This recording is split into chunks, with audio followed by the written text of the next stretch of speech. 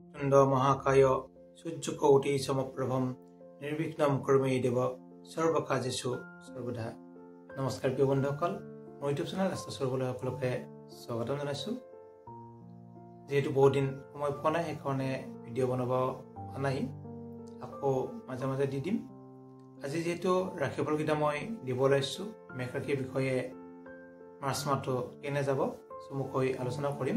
যিহেতু বৰ্তমান সময়ত ৰাশিবিলাকত গ্ৰহবিলাক কিছু সঞ্চাৰ হৈ আছে, মাজে মাজে ঠিক তেনেকুৱাকৈ ফলবিলাক কিছু সৰু সুৰাকৈ অলপ অলপ বেলেগ হ'ব। যদি আমি চাওঁ, আপোনাৰ ৰাশিৰ অধিপতি হৈছে মংগল আৰু আপোনাৰ অষ্টম স্থানৰ অধিপতি হৈছে মংগল। গতিকে আপোনাৰ ৰাশিৰ অধিপতি মংগল যিহেতু তৃতীয় স্থানত আছে, বৰ্তমান বক্ৰী হৈ আছে। বক্ৰী হোৱাৰ কাৰণে আপোনাৰ যিহেতু তথাপিও মংগল অধিপতি হিচাপে তৃতীয় ষষ্ঠ একাদশত থাকিলে অতি শুভ ফল প্ৰদান কৰে। মাটি বাৰী কামত আপোনালোকে আগবাঢ়িব পাৰিব। যান বাহন ক্ৰয়, টকা পইচাৰ ক্ষেত্ৰতো কিছু শুভ হ'ব মংগলৰ কাৰণে। কিন্তু স্বাস্থ্যত সৰু সুৰা অকণমান আঘাতপ্ৰাপ্ত বা অকণমান গাৰ বিষ এনেকুৱা অলপ হ'ব পাৰে। কিন্তু টকা পইচাৰ ক্ষেত্ৰত কিছু অলপ শুভ হোৱা যোগ দেখা যায় মাৰ্চৰ পৰা। কিন্তু মাৰ্চৰ মাজৰ পৰা আকৌ মংগল যিহেতু সঞ্চাৰ হ'ব, সঞ্চাৰ হোৱাৰ লগে লগে আকৌ মংগলে কিন্তু কিছু অকণমান অশুভ ফল প্ৰদান কৰিব, যিহেতু নিচস্থ হ'ব। নিচস্থ হ'লেও যিহেতু চন্দ্ৰৰ ঘৰত থাকিব, চন্দ্ৰ আৰু মংগল মিত্ৰ, গতিকে চন্দ্ৰ আছে মীন ৰাশিত, তেনে ক্ষেত্ৰত কিছু শুভ ফল লাভ কৰিব। যদি চাওঁ আমি টকা পইচাৰ ক্ষেত্ৰত ধনস্থানত আপোনাৰ বৃহস্পতি বহি আছে। বৃহস্পতি যিহেতু গুৰু আৰু আপোনাৰ ভাগ্যৰ অধিপতি আৰু খৰচৰ অধিপতি, ভাগ্যৰ অধিপতি হিচাপে আপোনাৰ এইটো অতি শুভ। টকা পইচাৰ ক্ষেত্ৰত ভাগ্য বৃদ্ধি হ'ব, যিহেতু আপোনাৰ ৰাশিৰ অধিপতি মংগল আৰু বৃহস্পতি দুটা মিত্ৰ।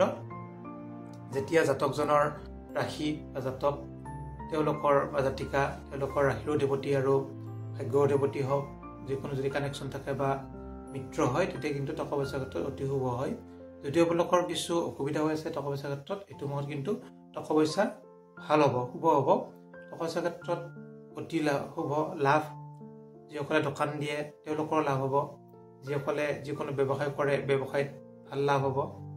যিসকলে ধৰক কণ্টেক্সুৱেল কৰ্ম বা মাল্টিনেশ্যনেল কোম্পানীত চাকৰি কৰিছে তেওঁলোকৰো অতি শুভ।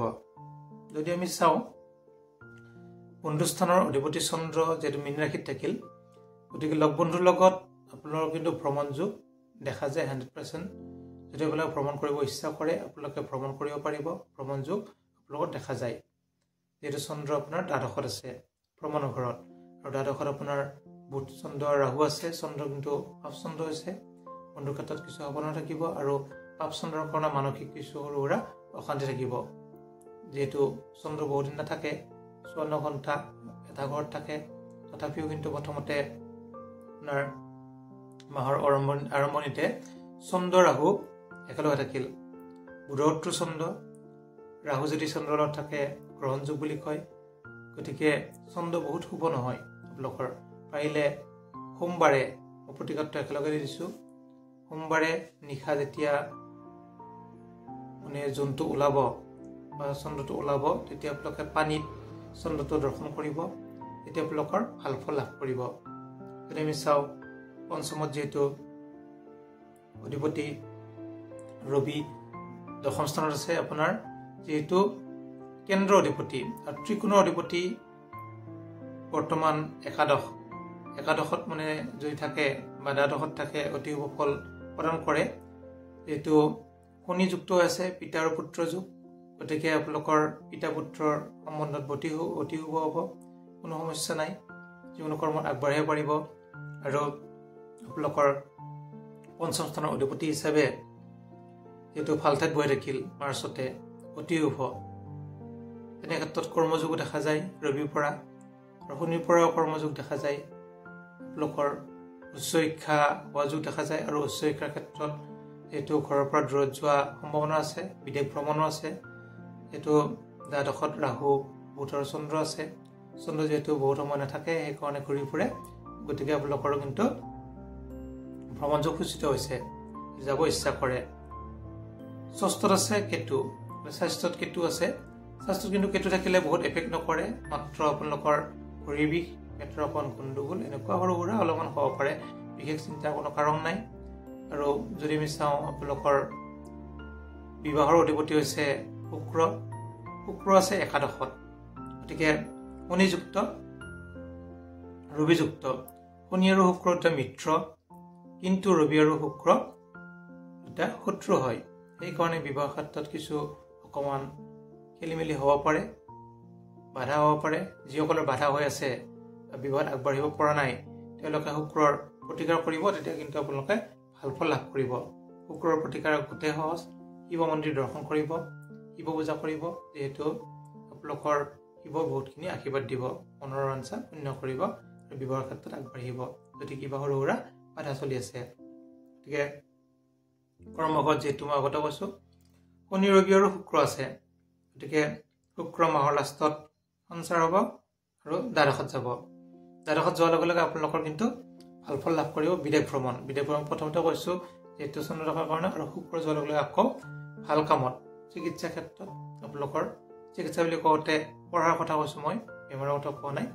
গতিকে পঢ়াৰ ক্ষেত্ৰত আপোনালোকে চিকিৎসা যিসকলে কৰি আছে আৰু IIT বা যিসকলে কাৰিকৰী বিদ্যা কৰি আছে, তেওঁলোকৰ কাৰণে অতি হ'ব। কৰ্মপ্ৰাপ্তিৰ যুগ, যদি আপোনালোকে মাৰ্চ মাহতে এপ্লাই কৰে যিকোনো কৰ্মত, এতিয়া কিন্তু কৰ্ম পোৱা যুগ দেখা যায় 100%, যিহেতু শনি আপোনালোক কৰ্মৰ ঘৰত বহি আছে স্বগৃহী আৰু ভাগ্যৰ অধিপতি হয়। যিটো ভাগ্যৰ অধিপতি শনি আৰু কৰ্ম অধিপতিও শনি, গতিকে শনি আপোনাৰ কৰ্মঘৰত বহি আছে। মোটামুটি 2 বছৰ পাৰ হৈ গ'ল। এই 2 বছৰত কিছুমানে চাকৰি পাইছে, যিসকলে পোৱা নাই তেওঁলোকে শনি মন্দিৰ দৰ্শন কৰিব 3টা শনিবাৰে, এতিয়া আপোনালোকে চাকৰি পোৱা বা কৰ্ম পোৱাৰ যুগ 100%। খেলি মেলিবিলাক কমি যাব, এইবিলাক মানে যি কাৰণে বাধা হৈ আছে, বাধাবিলাক কমি যাব আৰু চাকৰি পোৱাত সহায় হ'ব। গতিকে ঠিক তেনেকুৱাকৈ যদি চোৱা যায়, আপোনালোকৰ স্বাস্থ্যৰ ক্ষেত্ৰত বিশেষ প্ৰভাৱ নপৰে, অকল কেতুই অশুভ কৰিব, বাকী ক্ষেত্ৰত কিন্তু শুভ বুলি ক'ব পাৰি। যিসকলৰ পঢ়া শুনাৰ ক্ষেত্ৰতো ভাল, অতি শুভ। প্ৰতিকাৰ হিচাপে আপোনালোকে পাৰিলে মংগলবাৰে হনুমান চালিচা পাঠ কৰিব, মাৰ্চৰ মংগলবাৰ কেইটাত, যিহেতু মংগল নিচস্ত হ'ব। বাকী শুক্ৰ যিহেতু দ্বাদশত যাব, কিন্তু শুক্ৰ তুংগ হ'ব, তুংগ হোৱাৰ লগে লগে আপোনাৰ ভাল ফল লাভ কৰিব, ভাল ফল দিব। গতিকে তেনে ক্ষেত্ৰত আপোনালোকৰ কৰ্মপ্ৰাপ্তিৰ যুগ 100% আছে, মাত্ৰ শনিৰ প্ৰতিকাৰ কৰিলে কৰ্মপ্ৰাপ্তি হ'ব। আৰু যদি কিবা সুধিবলগীয়া থাকে আপোনালোকে সুধিব পাৰে। যিসকলে নতুনকৈ আহিছে মোৰ চেনেলটোৰ ছাবস্ক্ৰাইব কৰি থ'ব, দৰকাৰী ভিডিঅ'বোৰ মাজে মাজে পাই থাকিব। ধন্যবাদ।